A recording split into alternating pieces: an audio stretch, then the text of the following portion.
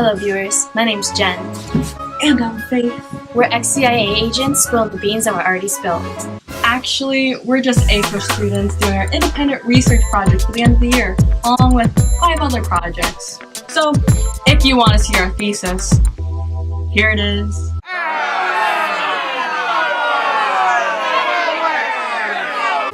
Now that that's out of the way, you're watching APUSH Declassified.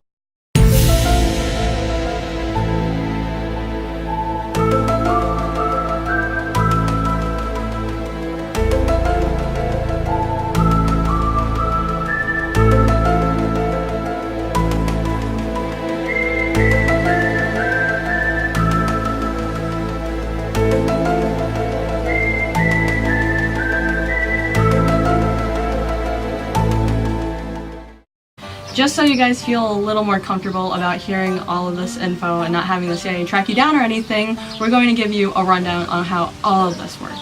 The declassification of documents is an important step towards maintaining a certain degree of trust between the government and the people. Otherwise, all of these secret operations would be carried out with taxpayers' money, and the people wouldn't even know where it goes.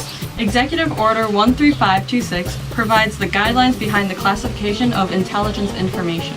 For those of you who don't know what that is, Americans essentially have the right to know their government's actions. On the flip side, the government is able to hide information in order to protect citizens, to protect homeland security, and overall to stay true to our democratic roots.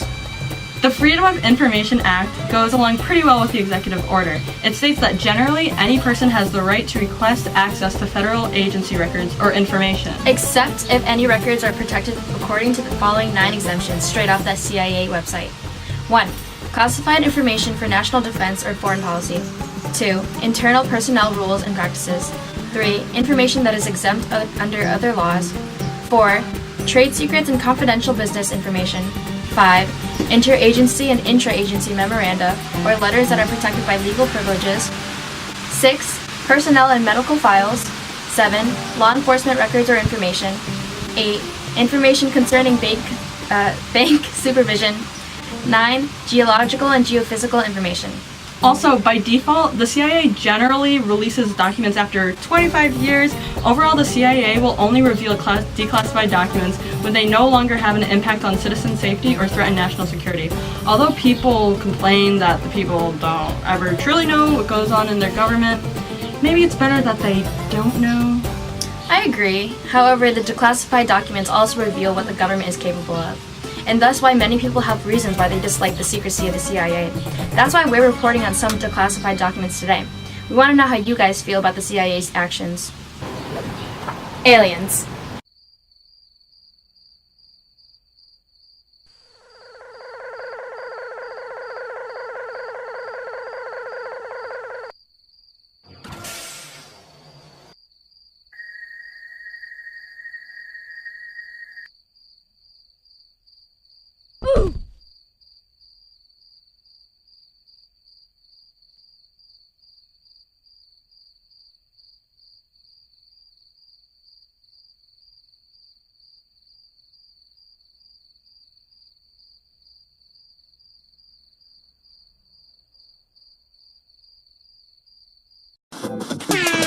Damn, son.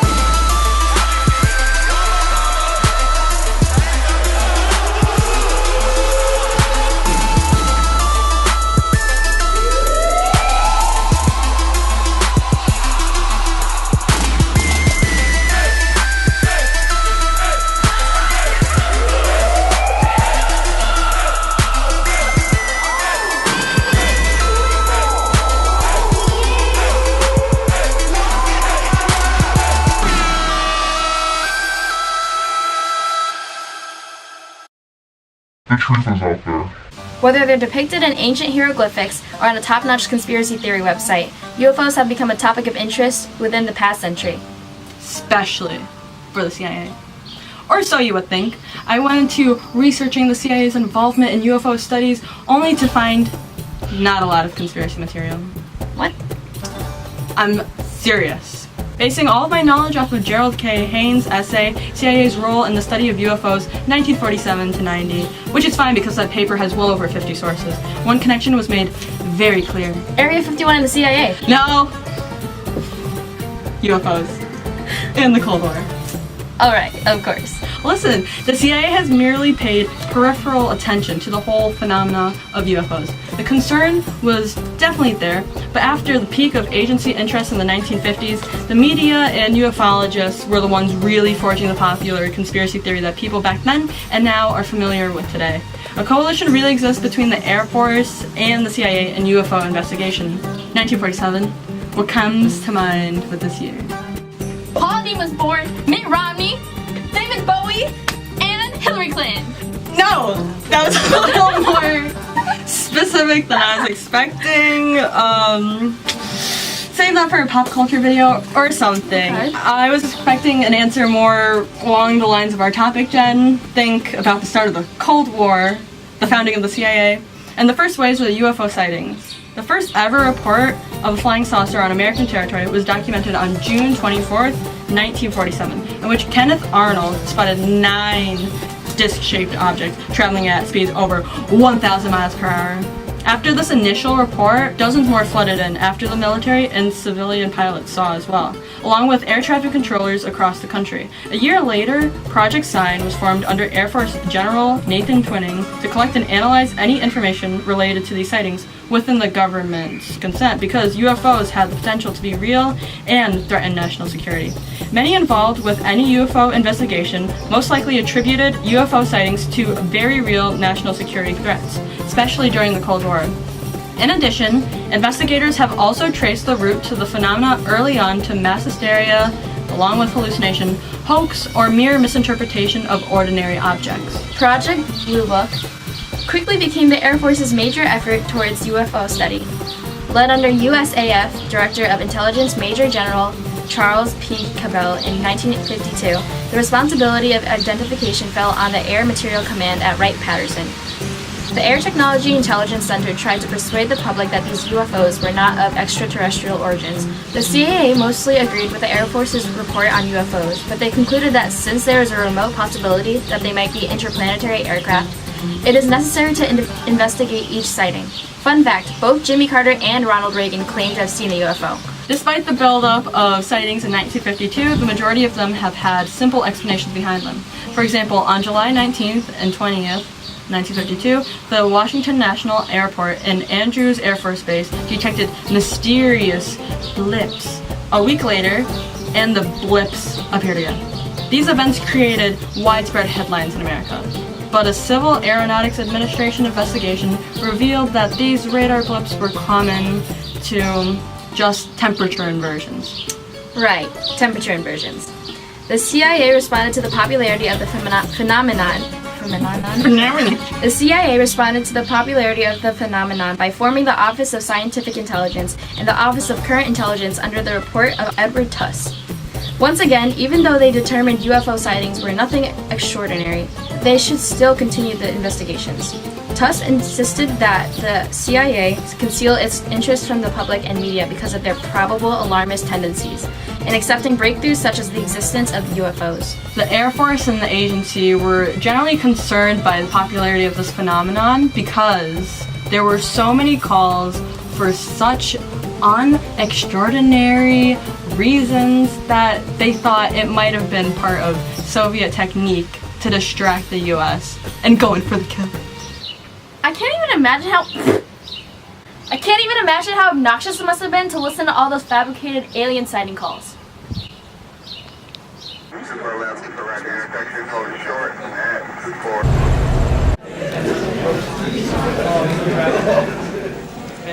Oh my god, the aliens are here! Oh my god, there's more aliens! They already bypassed Uranus, Saturn. I must say, if there's one quote that really stands out from this essay, it's this one. While agency concern over UFOs was substantial until the early 1950s, CIA has since paid only limited and peripheral attention to the phenomena. The officials believed that outside awareness of CIA interests in UFOs would only make the national security concern worse. The efforts poured into concealing CIA involvement contributed to the assumptions of CIA conspiracies and cover-ups.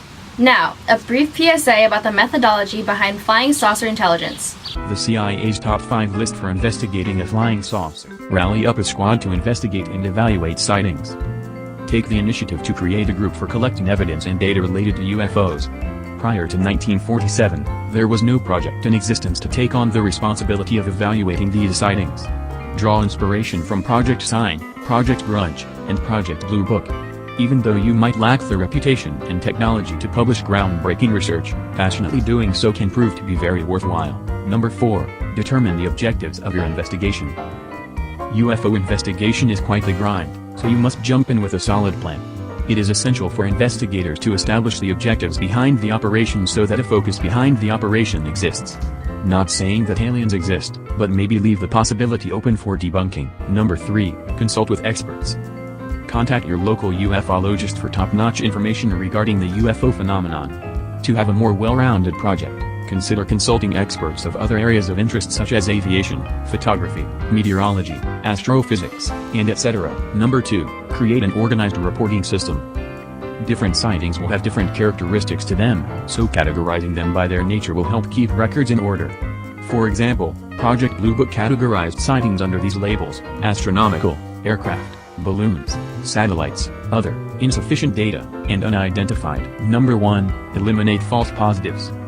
Eliminate the cases that have common explanations for them. Investigators can then pour forth their efforts into the more titillating cases.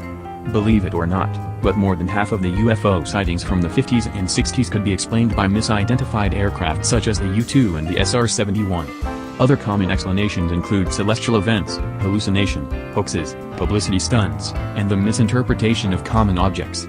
So keep your eyes open and stay woke to the reality of things. Thank you for that very informative segment. I really think that now I'm prepared to do my own investigations. Wow, I can see it now. Project APUSH, alien proof for use of scientific honor. It's gonna be huge! Huge! You hear that, aliens? We're coming for you, just like the CIA. Now, let's jump into another topic that has a lot of conspiracy theorists having a field day over. Do you ever wonder what it's like to have mind-controlling superpowers? I can assure you. I guarantee. Do you ever wonder what it's like to have mind-controlling superpowers? Definitely, and especially as a little kid. I can assure you the CIA thinks it's useful too. Obviously, declassified documents reveal that the CIA has practiced mind control, mainly through MKUltra in the 50s and 60s. They were interested in the development of not just mind control, with a K, but telepathy, ESP, psychic warfare, and remote viewing. One of the most frequented ventures was to drug unsuspecting citizens with LSD under the notion that it was the truth serum capable of breaking past any enemy agents. Remote viewing is the concept of using the power of the human mind to see what occurs in places miles away. Maybe 4,500 miles away to the Soviet Union's location. It all goes full circle back to the Cold War. While times of war are dark, some of the experiments performed contain more sensitive material. I mean, in 1953, under document 190684, two 19-year-old girls were hypnotized through the telephone with a super subtle signal. You think that's sensitive? Document 140393 reveals that an anonymous man used hypnotism to sway young women into having sexual intercourse with him. This violates both their safety and the CIA's purpose for mind control experiments.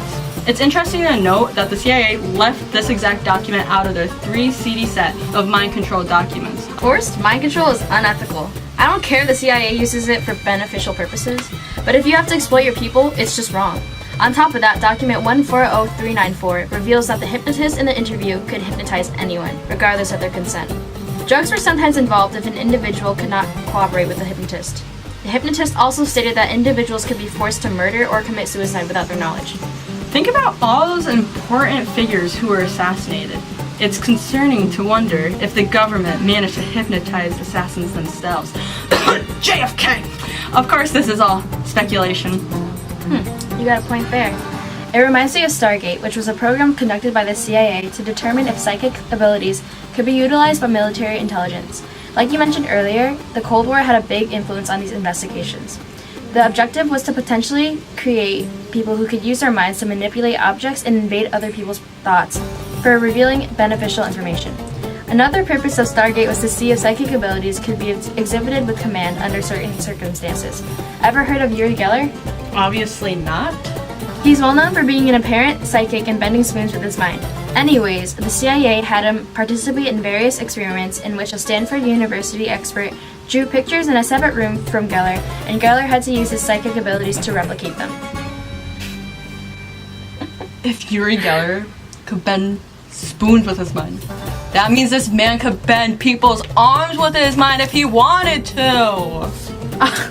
Well, the main reason why Stargate started in the first place was to collect information about the Soviet Union during the Cold War. I think preventing communism from spreading was more of a concern than breaking arms. And besides, the program discontinued in 1988 due to a lack of data. That's too bad, but hey, if it couldn't manage to help the CIA and the overall nation, at least it inspired pop culture we get to enjoy today. Stranger Things is a Netflix series, and if you watch it with the knowledge of declassified documents, you will see the clear parallels between the actions of the fictional Department of Energy and MK Ultra. Something else that adds to the mystique of the project is that when it was terminated in 1973, a lot of the data compiled was missing. Who knows what wasn't released? Stranger Things isn't the only form of entertainment that draws inspiration from the CIA. There's Mr. Right, The Killing Room, The Banshee Chapter, Jacob's Ladder, American Ultra Jesse Eisenberg. Jesus Christ, that's Jason Bourne. The Men Who Stare at Goats, Bones, Marvel's Agents of S.H.I.E.L.D., Archer, The X-Files, Call of Duty Black Ops, Stephen King's Firestar, and even music song MK Ultra!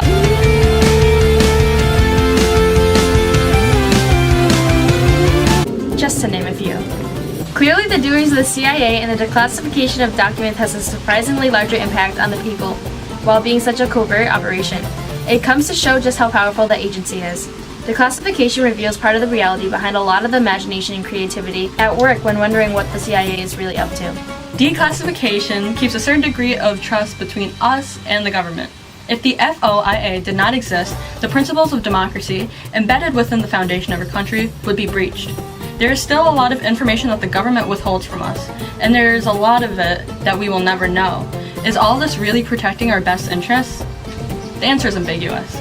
But the right decision in times of turmoil rings true, with the philosophies of John Locke. If it ever came to a disastrous tipping point, the people have the right to overthrow a corrupt government. Only time can tell. Cut! Oh my god! I bought a clapboard, you know those director Yeah. things? Oh, for my...